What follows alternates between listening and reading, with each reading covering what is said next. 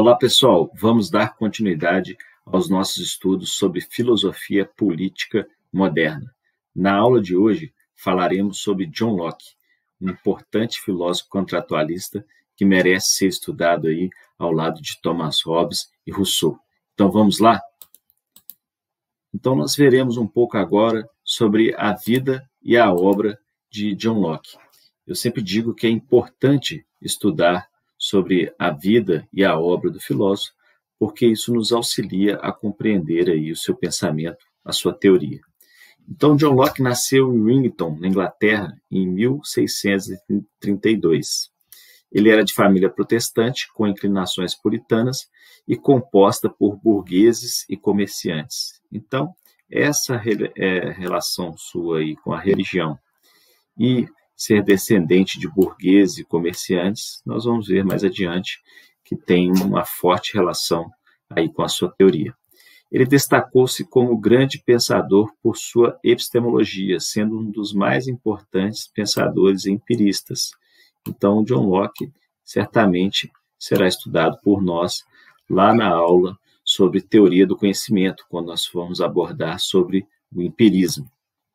Então, John Locke recebeu uma educação escolástica convencional, isto é, aristotélico-tomista. Então, ele estudou Tomás de Aquino, aquele filósofo medieval aí que fez uma releitura de Aristóteles.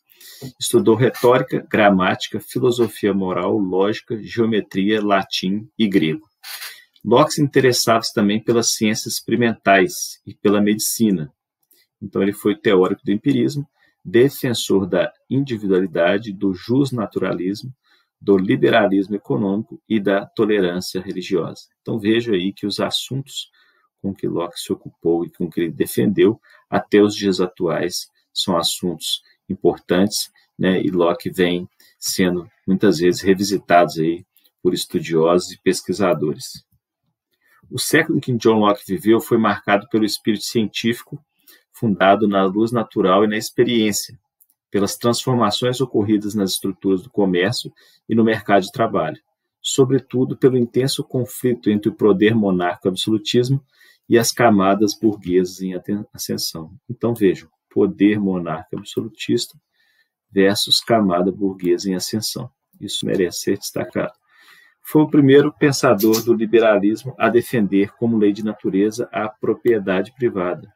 Então, ao longo da nossa aula, nós veremos a importância aí da propriedade privada para John Locke. O pensamento político de John Locke passou por fases distintas e mudanças radicais. Em 1661, era defensor do absolutismo como meio de controlar o governo e o povo, né? Como meio de controlar e governar o povo. Mais tarde, tornou-se um liberal convicto, sendo um dos primeiros a defender o liberalismo político, ao sustentar os direitos inalienáveis dos indivíduos e também o direito à rebelião. Então, nós vamos ver quais são esses direitos inalienáveis dos indivíduos, né? Muito importante, os direitos aí naturais, né? Ele foi um dos precursores aí do justnaturalismo, aqueles direitos que já nascem com o homem, né?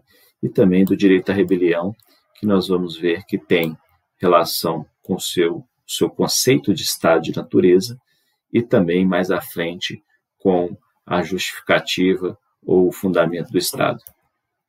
Então, suas principais obras, Cartas sobre a Tolerância, Ensaio sobre o Entendimento Humano, é uma obra que nós estudamos lá do ponto de vista do empirismo, e aqui o nosso contratualista, né, com 2 tratados sobre o governo civil. Então, vamos compreender o que foi o estado de natureza para John Locke. Lembrando que é importante, né, que nós façamos aí uma comparação, uma reflexão para poder perceber a diferença entre o estado de natureza dos 3 contratualistas.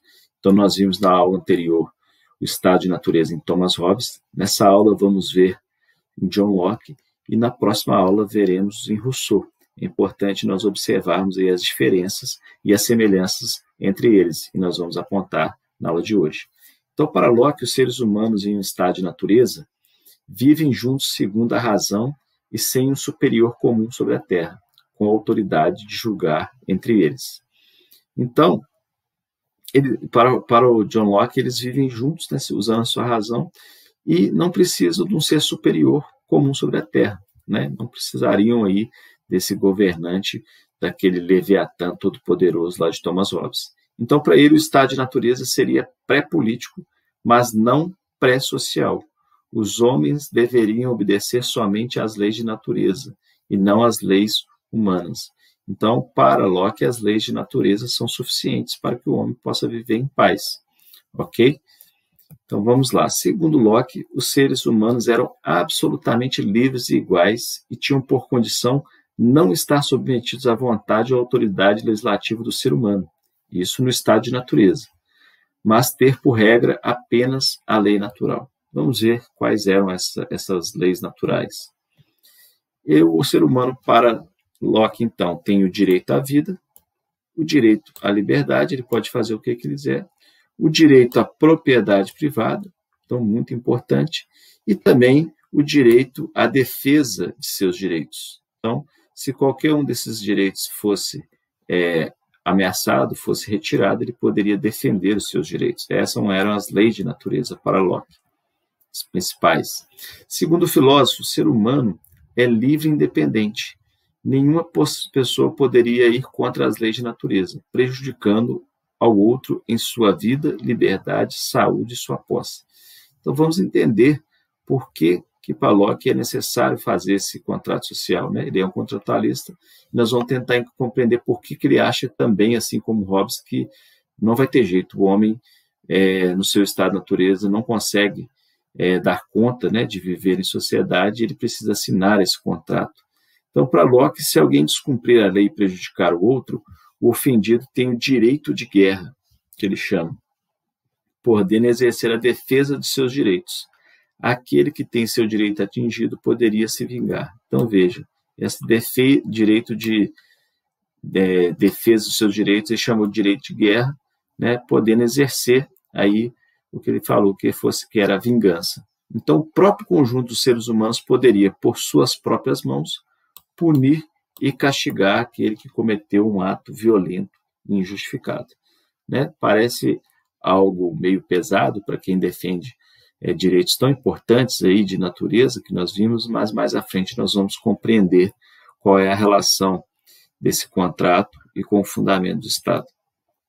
Como não haveria juízes suficientes para resolver os conflitos, as pessoas estariam no estado de guerra em busca de vingança, e assim poderiam se destruir. Então, ele reconhece que esse direito de defesa dos seus direitos poderiam levar as pessoas aí no estado aí de guerra, né? Porque todos poderiam querer aí resolver os seus problemas, né? Fazer a sua justiça com as próprias mãos. Então, além disso, no estado de guerra poderia haver aqueles que fizessem valer suas leis de natureza de forma desproporcional. Então, faz necessário o contrato e a consequente criação do Estado e da sociedade civil. Então, vejam, para Locke, todos viviam no estado de natureza em paz, todos eram livres, né? E todos tinham seus direitos, a vida, a liberdade e a propriedade. Só que acontece, ele reconhece que, por vezes, o homem poderia desrespeitar um desses direitos ou outro, e aí surgiria para aquele que teve seu direito aí violado, o direito de guerra, o direito de fazer a justiça aí com as próprias mãos. Mas ele mesmo admite que o ser humano pode perder o controle e agir de forma desproporcional. Então, não teriam pessoas suficientes na sociedade para dirimir esses pequenos problemas. Então, ele acha necessário assinar um contrato e criar o Estado. Então, vamos ver aqui as semelhanças no estado de natureza e nessa mudança do estado de natureza para uma sociedade civil, tanto em Hobbes como em Locke. Então, ambos tinham a concepção individualista do ser humano no estado de natureza. O direito de natureza, ou lei de natureza, existe previamente e é inquestionável. Então, nos dois, o ser humano tem seus direitos aí naturais. A autopreservação é motivadora do Estado. Então, em Hobbes, estavam num estado de guerra de todos contra todos, né? O homem lá buscando atingir os seus desejos, suas paixões, podia vir aí a ferir o outro. No Locke, não, estava no estado de paz, mas ele reconhece também que o homem poderia aí quando sentisse seu direito atingido, vir a ferir o outro, vir a se vingar do outro. Então, os dois percebem que existe uma necessidade de autopreservação. E o contrato social é produto da racionalidade com vistas à vida e como remédio aos desmandos dos indivíduos uns sobre os outros. Então, essas são as semelhanças entre Hobbes e Locke. E as diferenças? Então, para Hobbes, o ser humano é mau e egoísta por natureza. O ser humano vivia em guerra e era violento no estado de natureza. E o governo deveria ser absoluto. Em Locke, ele tinha uma visão otimista do ser humano. O ser humano vivia em paz e era pacífico no estado de natureza. Mas o poder do Estado, então, deveria ser restrito. Então, vamos ver um pouco mais agora sobre esse Estado de John Locke. Então, para Locke, o Estado não tem um poder ilimitado sobre os indivíduos, não ficando acima das leis e da justiça.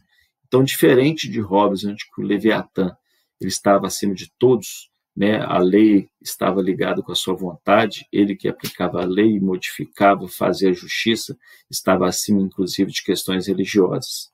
Então, diferentemente, Locke defende que o Estado é a manifestação do desejo dos indivíduos de estabelecerem paz entre si, e por isso confia no Estado, mas não se submete a ele indistintamente. Então, o Estado não é esse todo-poderoso, ele existe para atender aí os interesses dos indivíduos.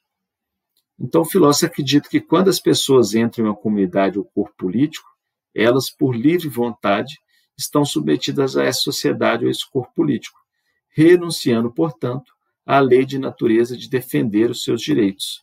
Então, veja bem, quando as pessoas assinam esse contrato social, né, por livre vontade, e resolvem criar esse corpo político, resolvem criar o Estado, eles renunciam à lei de natureza de defender aos seus direitos. As pessoas renunciam à possibilidade de fazer a justiça com as próprias mãos, dando essa prerrogativa ao poder da sociedade civil, ou seja, ao Estado.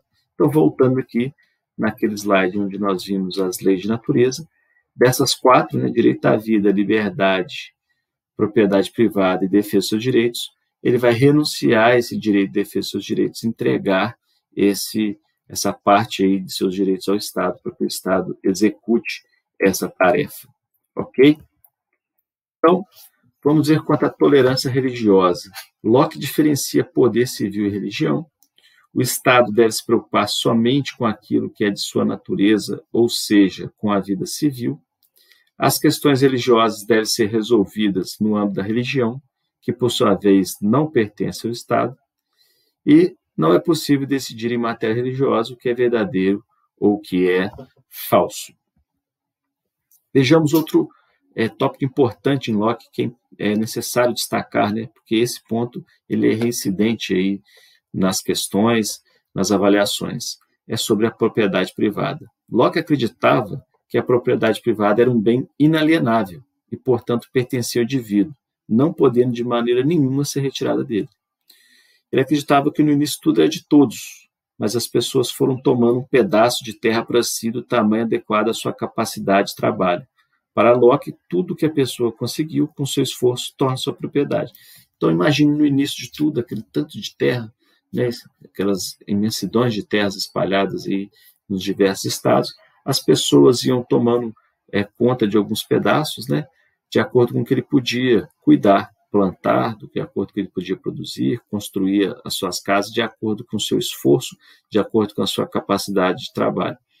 E aí, essas terras que as pessoas iam construindo, suas moradias, iam construindo aí as suas plantações, as suas criações de animais, passavam a ser aí propriedade. E a partir desse momento, passava a ser um direito que não poderia ser retirado mais dele. Então, nesse contrato social de John Locke, a propriedade privada é um direito natural, né?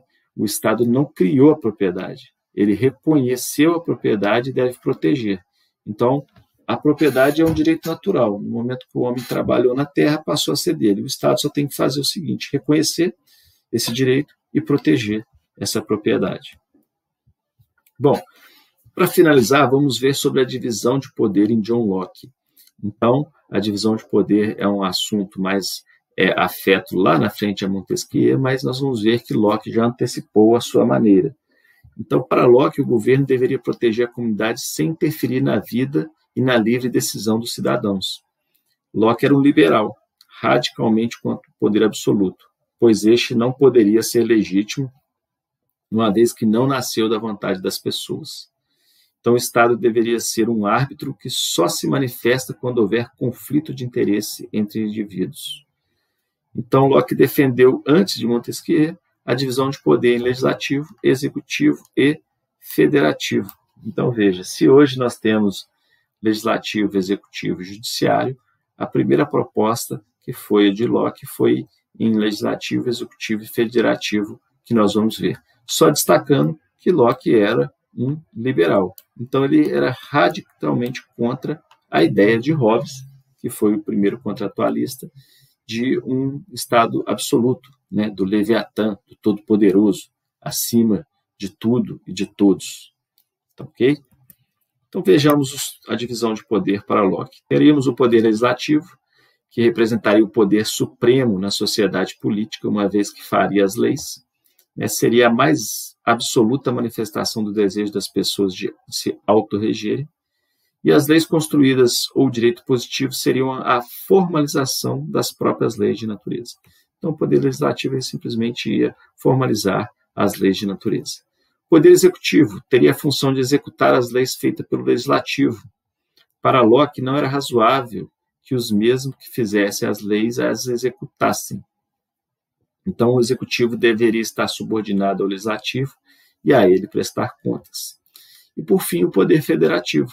Então, seria inseparável do executivo, isso funcionaria como o Ministério das Relações Exteriores. Tem como função estabelecer relações com outros estados. Tá ok, pessoal? Então, era sobre isso que nós gostaríamos de falar. Complementem seus estudos aí com a leitura de livros disponíveis aí na biblioteca ou que você possui na sua casa sobre o ensino médio. Façam consultas a artigos científicos e textos de qualidade na internet. Muito obrigado a todos e até a nossa próxima aula.